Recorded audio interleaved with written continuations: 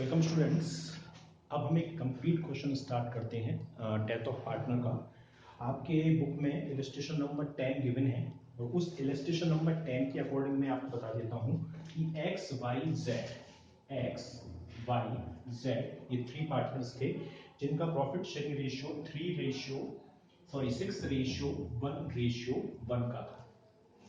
हालांकि वैसे ये 3/8 और 1/8 और 3/4 और 1/8 और 1/8 का है, और एलसीएम इसका 8 लेंगे तो ये रेशियो क्या हो जाएगा 6:1 हो जाएगा। यानी 6:1 का था। एक बैलेंस शीट हमें गिवन है, बैलेंस शीट में कैपिटल गिवन है, जनरल रिजर्व गिवन है, जेड का लोन गिवन है जैसा आप इलस्ट्रेशन में अपनी बुक में देख सकते हैं। क्रेडिटर्स हैं, असेट्स हैं, प्लांट हैं, डेटर्स हैं, स्टॉक, ये सारी चीजें आपको गिवन है। जेड की डेथ हो जाती है, ठीक है, जेड की डेथ हो जाती है और जेड जो डेथ होती है वो होती है 31 दिसंबर को, जबकि अकाउंट क्लोज होते हैं 31 मार्च को। 31 मार्च से 31 दिसंबर कितना टाइम हो गया, ये हो गए 9 मंथ, यानी 9 महीने बाद जेड की डेथ हो जाती है। अब क्वेश्चन ये कह रहा है कि जो प्रॉफिट निकालना है वो हमें निकालना है प्रीवियस ईयर के बेसिस पर, यानी प्रॉफिट की कैलकुलेशन किस बेसिस पे करनी है, प्रीवियस ईयर के बेसिस पर। ध्यान रखिएगा, प्रॉफिट की कैलकुलेशन का मतलब होता है पी&एल सस्पेंस अकाउंट, यानी पी&एल सस्पेंस हमें निकालना है प्रीवियस ईयर जितना प्रॉफिट होगा उसी को बेस करते हुए। गुडविल जो निकालनी है वो 3 इयर्स ऑफ एवरेज प्रॉफिट के बेस पे निकालनी है, 3 years purchase of average profit of 4 year. Goodwill कैसे निकालनी है, एवरेज प्रॉफिट ऑफ 4 ईयर और मल्टीप्लाई बाय 3 ईयर परचेज। ये हमको क्वेश्चन ऐसा इंडिकेट कर रहा है। और जो प्रॉफिट हमें गिवन है वो कुछ इस तरीके का है। 2016 में जो है प्रॉफिट हुआ था वो प्रॉफिट हुआ था 8 लाख रुपीस का, ठीक है। 2017 में हमको जो प्रॉफिट हुआ था वो हुआ था 6 लाख रुपीस का। 2018 में हमें जो प्रॉफिट हुआ वो 4 लाख रुपीस का हुआ, और जो 2019 में हमें प्रॉफिट हुआ वो प्रॉफिट हुआ 2 लाख रुपीस का। ये 4 ईयर का प्रॉफिट गिवन है और इसके एवरेज प्रॉफिट के बेस पर हमें अपनी प्रॉफिट पी&एल सस्पेंस की कैलकुलेशन करनी है। ड्राइंग क्वेश्चन में हमको क्वेश्चन में कह रहा है कि जो जेड की ड्राइंग थी वो थी 18,000 रुपए की, 18,000 रुपीज की वो ड्राइंग कर रहा है। आपको उसका जो पी&एल जो प्रॉफिट का अमाउंट है जो एग्जीक्यूटिव को पे करना है वो हमें निकालना है। तो वो आप देखिए मैं यहाँ पे कैलकुलेट कर दे रहा हूं। तो देखिए सबसे पहले मैंने आपको फॉर्मेट में बताया था कि हम उस पार्टनर की कैपिटल का बैलेंस लिखते हैं जिस पार्टनर की डेथ हुई है। जेड का जो डेथ जिसकी हुई है उसका कैपिटल क्वेश्चन में आप देखेंगे तो 2,50,000 रुपए था। तो यहां लिखेंगे बाय बैलेंस बीडी और ये 2,50,000। ये क्या है हमारा जेड कैपिटल अकाउंट है, क्योंकि डिसीज्ड पार्टनर कैपिटल अकाउंट बनाना होता है। जेड की डेथ हुई तो जेड कैपिटल अकाउंट है। इसके अलावा क्वेश्चन में अगर आप देखें तो आपको जनरल रिजर्व भी गिवन है, और जनरल रिजर्व कितना है, जनरल रिजर्व आपको क्वेश्चन में गिवन है 50,000 रुपीज। मैंने बताया था इसका शेयर आता है, शेयर इसका कितना था 1/8। तो अगर आप इसका 1/8 निकालेंगे तो ये आएगा 6,250 रुपीज, ठीक है। तो इसे हम क्या लिखेंगे बाय जनरल रिजर्व और ये आएगा 6,250 रुपए। इसके अलावा लायबिलिटी साइड में जेड का एक लोन भी गिवन है। मैंने बताया था लायबिलिटी में दे रखा हो तो यहां पे लिखेंगे, असेट्स में दे रखा होता तो यहां लिखते। तो यहाँ पे लायबिलिटी में दे रखा है इसलिए हम यहाँ पे जेड लोन लिखेंगे, और जेड का लोन क्वेश्चन में जो अमाउंट गिवन है वो है 50,000, 50,000 रुपए जेड का लोन हो जाएगा। इसके अलावा कोई असेट्स लायबिलिटी में चेंज आए नहीं है, क्वेश्चन में कहीं भी कोई गिवन नहीं, मतलब रिवैल्यूएशन बनाने की हमें यहाँ पे नीड है नहीं। ड्राइंग क्वेश्चन में ड्राइंग दे रखी है तो ड्राइंग को आप यहाँ लिख देंगे 18,000 रुपए की आपको ड्राइंग का अमाउंट लिखना है यहाँ पर। इसके अलावा प्रॉफिट एंड लॉस जो हमें निकालना है वो निकालना है प्रीवियस ईयर के बेस में। क्वेश्चन में मैंने बताया आपको। तो देखिए मैं यहाँ पे इसको मिटा देता हूं और उसको निकालते हैं। तो हमें प्रीवियस ईयर के बेस पे निकालना है P&L सस्पेंस। प्रीवियस ईयर यानी ये हमारा लास्ट ईयर था 2019, प्रीवियस का मतलब जो पिछली साल था।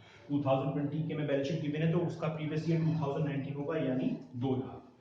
तो P&L सस्पेंस का फॉर्मूला मैंने आपको क्या बताया था, profit multiply by time multiply by share. Profit है 2 लाख रुपीस का, टाइम 9 मंथ ये जिंदा रहा, जो मैंने यहाँ पे निकाला था 9 महीने जिंदा रहा, और इसका जो शेयर था वो था 1/8।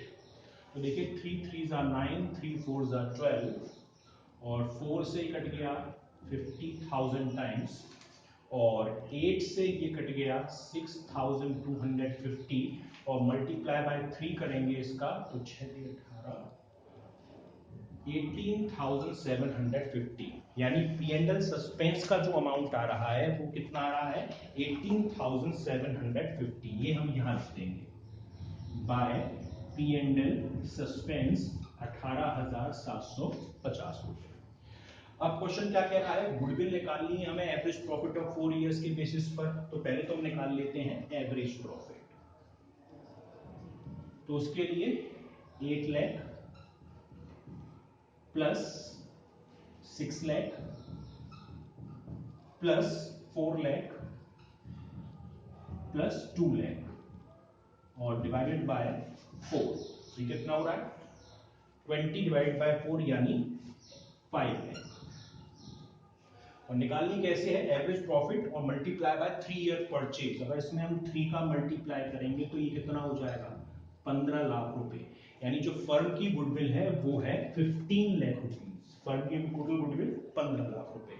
अब 15 लाख रुपए में ये तो हमें देना पड़ेगा जेड को, तो जेड शेयर कितना होगा 15 लाख इंटू 1/8, क्योंकि इसका शेयर कितना है 8 लाख रुपीस है।